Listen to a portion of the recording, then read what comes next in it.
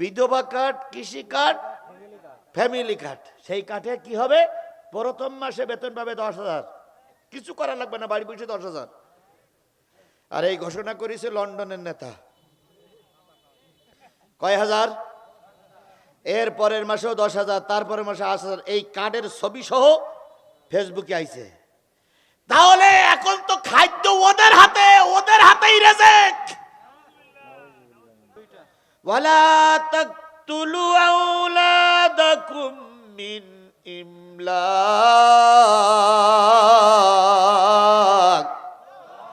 3 নম্বর সিরাতে মুস্তাকিমের পথ হচ্ছে রেজেক দিতে পারবে না এই ভয়ে বাংলাদেশে ঘুরতেছে, আর একজনের হাত উঁচু করতেছে, ওনারাই চাবিটা নিয়ে রেজেক ওনারাই দেবে।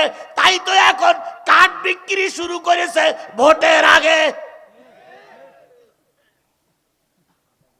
ওনারা ক্ষমতায় গেলে বিধবা কার্ড দেবে, ছেলেরা আরেকটা কি কার্ড দেবে? ফ্যামিলি কার্ড দেবে।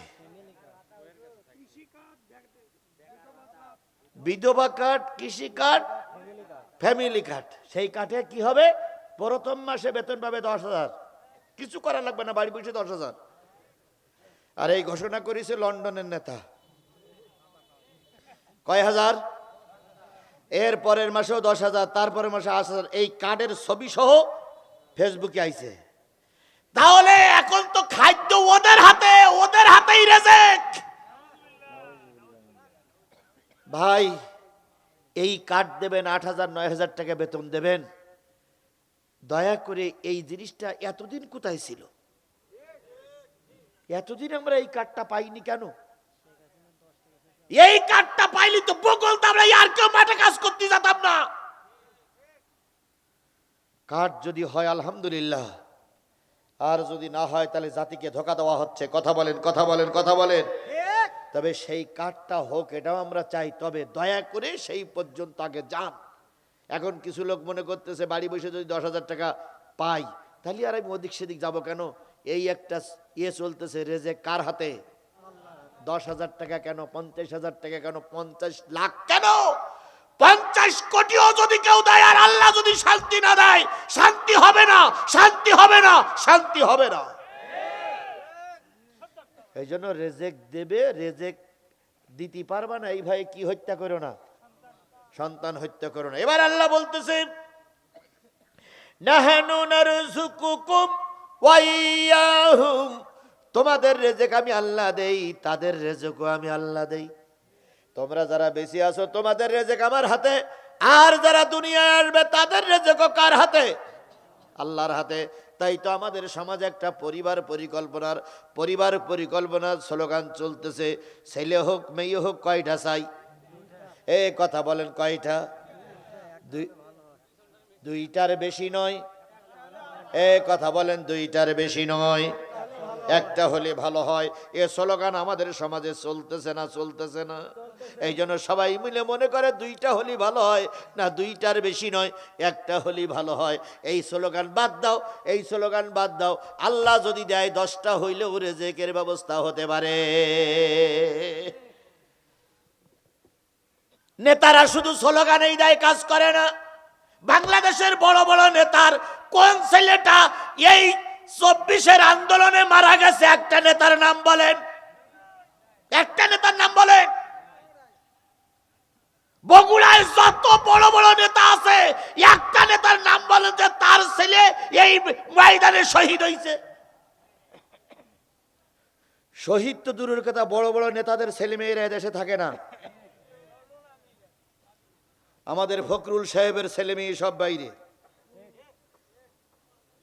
এইরকম যদি নাম বলি তাহলে আমার বিরুদ্ধে অনেক লোক খেপে যাবে, কিন্তু খেপাখেপির দরকার নেই। আমি বলতে পারি অধিকাংশ বড় বড় নেতাদের ছেলে মেয়েরা সব কি থাকে?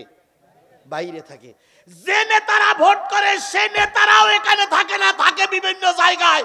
ভোটের সময় এসে ইয়াই করে বলি বলি। সুতরাং রেজেকের চাবিকাঠি তোমার হাতে নয়, রেজেকের চাবিকাঠি কার হাতে? আরো জোরে বলেন, কার হাতে? সেই হাতটা মনে করে রাখতে হবে। এবার যদি মনে করেন হুজুর তার পরিবার পরিকল্পনা কি নাজায়েজ, না, পরিবার পরিকল্পনা জায়েজ এবং ফরজ। তাহলে ফতোয়া উল্টো হয়ে গেল না ভাই? আগে বললাম না জায়েজ, এখন বলতে জায়েজ এবং ফরজ, তাহলে উল্টো হয়ে গেল না? এবার একটু বোঝেন।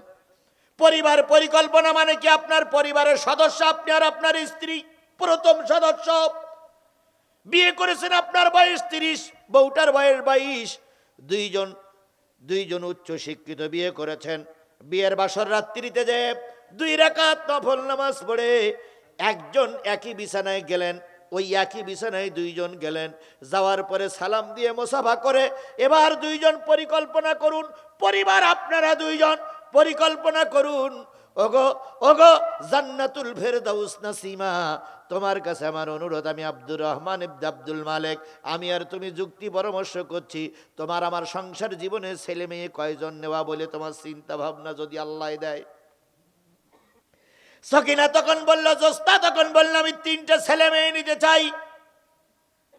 এবার আব্দুর রহমান বলতেছে, আমিও 3টে ছেলে মেয়ে নিতে চাই। সেই 3টা ছেলে মেয়ে যদি আল্লাহ আমাদের দেয়, ছেলে হোক আর মেয়ে হোক, এই 3টা ছেলে মেয়ে তোমার পরিকল্পনা কি?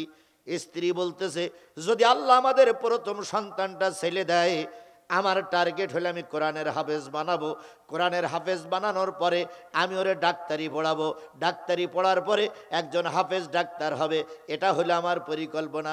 আব্দুর রহমান বলতেছে, তোমার সঙ্গে আমি ভোট দিলাম। এই যে পরিকল্পনা করলেন, এটার নাম হলো পরিবার পরিকল্পনা। এটা কি নাজায়েজ? এই কথা বলেন, এটা কি নাজায়েজ? এবার সকিনা বলতেছে, দ্বিতীয় সন্তান যদি মেয়ে হয় তুমি কি করবা? তখন আব্দুর রহমান বলে, দ্বিতীয় সন্তান যদি আল্লাহ মেয়ে দেয়, আমার নিয়ত একজন হাফেজা বানাবো, হাফেজা বানানোর পর একজন গাইনি ডাক্তার বানাবো, কারণ গাইনি ডাক্তারের বড় অভাব, এই জন্য একজন গাইনি ডাক্তার বানাবো। তাহলে এই যে দ্বিতীয় পরিকল্পনা, মেয়ে হোক আর ছেলে হোক, গাইনি ডাক্তার বানাবে মেয়ে হলে, এই পরিকল্পনা নিয়ে স্বামী স্ত্রী বাসর রাত্রিতে বাসর ঘরে গেল, এইটার নাম হলো পরিবার পরিকল্পনা। জায়েজ না নাজায়েজ? এই কথা বলেন, জায়েজ না নাজায়েজ? তৃতীয়টা ছেলে হোক আর মেয়ে হোক, পরিকল্পনা নিলেন, এইবার 3টে ছেলে মেয়ে আসলো, একসঙ্গে 3টে আসবে না, প্রথমে একটা আসবে, 2-3 বছর 4 বছর পর আর একটা আসবে, 4 বছর পর আর একটা আসবে। এই যে পরিকল্পিত ভাবে 3টে 4টে ছেলে মেয়ে নিলেন, এই যে পরিকল্পনা নিলেন, এটার নাম পরিবার পরিকল্পনা। এটা নাজায়েজ নয়, এটা জাতির জন্য কল্যাণ। আচ্ছা, কিন্তু আমরা পরিবার পরিকল্পনা কি করি?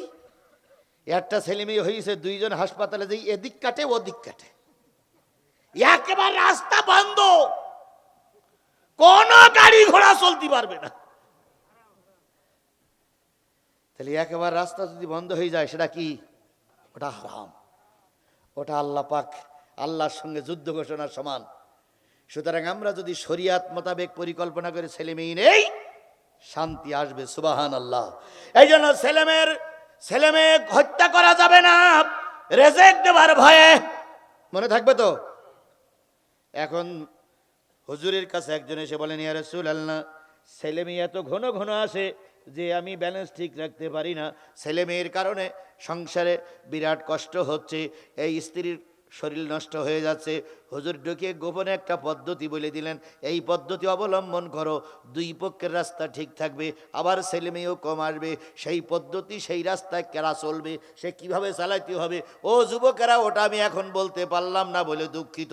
যদি কারোর কাছে ফোন নম্বর থাকে স্পেশাল জেনে নিও। কারণ মুরব্বিকার সঙ্গে যদি এই কথা আমি বলি, তাহলে আমার আর ওয়াজ করতে কেউ ডাকবে না, বলবে এ হুজুর এটা ফাইলতু হুজুর। অথচ হাদিস শরীফে সেই পদ্ধতিটা বলা আছে, স্পষ্ট হাদিস শরীফে আছে। তবুও অনেক সময় অনেক কথা মুরব্বীদের সামনে বললে দৃষ্টিকটু হয়। কথা বলেন ঠিক না বেঠিক? এই জন্য এই কথাটা এখন বললাম না, তো পদ্ধতি আছে, বড় বড় আলেমদের কাছে শুনে নিও। তাহলে রেজেক দিতে পারবে না বলে সন্তান হত্যা করা যাবে না।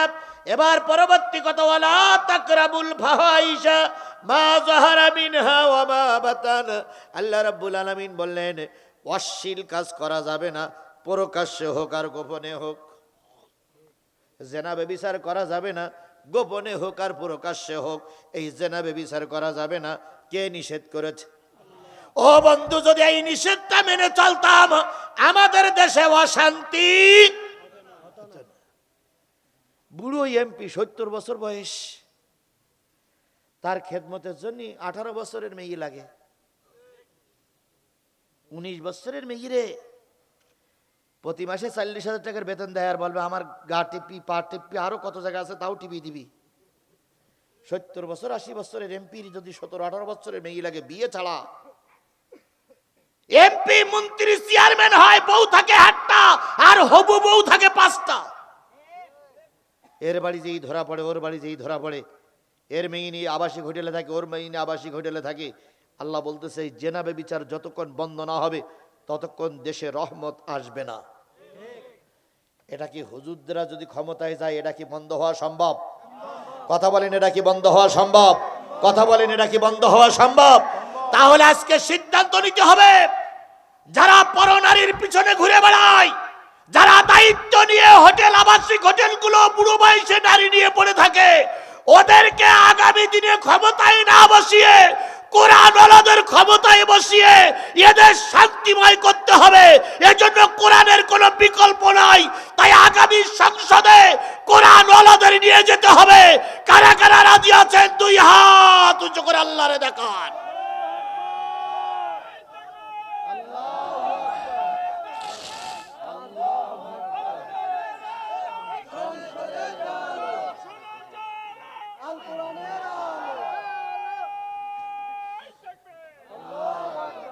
আমাদের সম্মানিত ডাক্তার ফয়সাল করিম না মোস্তফা ফয়সাল পারভেজ আজকের এই মাহফিলে ছেলেদের জন্য 10,000 টাকা দিয়েছেন।